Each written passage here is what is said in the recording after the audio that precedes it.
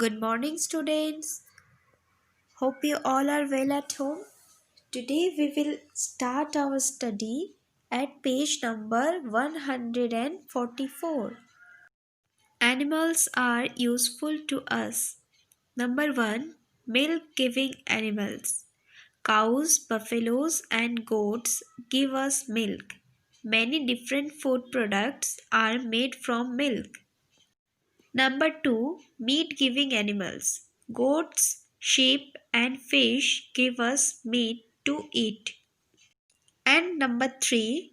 Load carrying animals. Horses, camels, oxen, bullocks carry heavy loads for us. They are also called beasts of burden. Knowledge time. Meat of goat and sheep is called mutton. Milk giving animals are also called milch animals. Can you name some milk products? Ghee, butter, cheese, curd, etc. Sheep give us wool to make woolen cloths. Silkworms give us silk fibers to make silk cloths. Bees give us honey and beeswax. Beeswax is used to make candles and shoe polish. Skins and hides of dead cows, buffaloes, camels, crocodiles are used to make leather.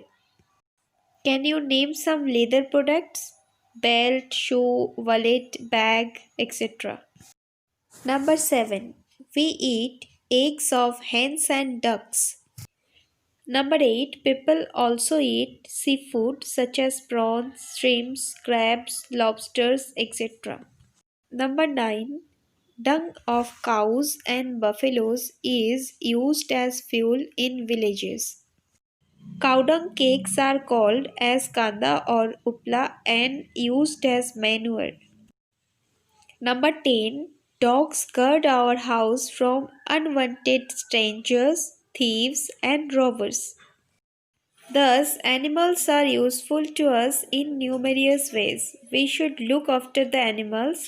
We should not tease or hurt them. We should love all animals and be kind to them.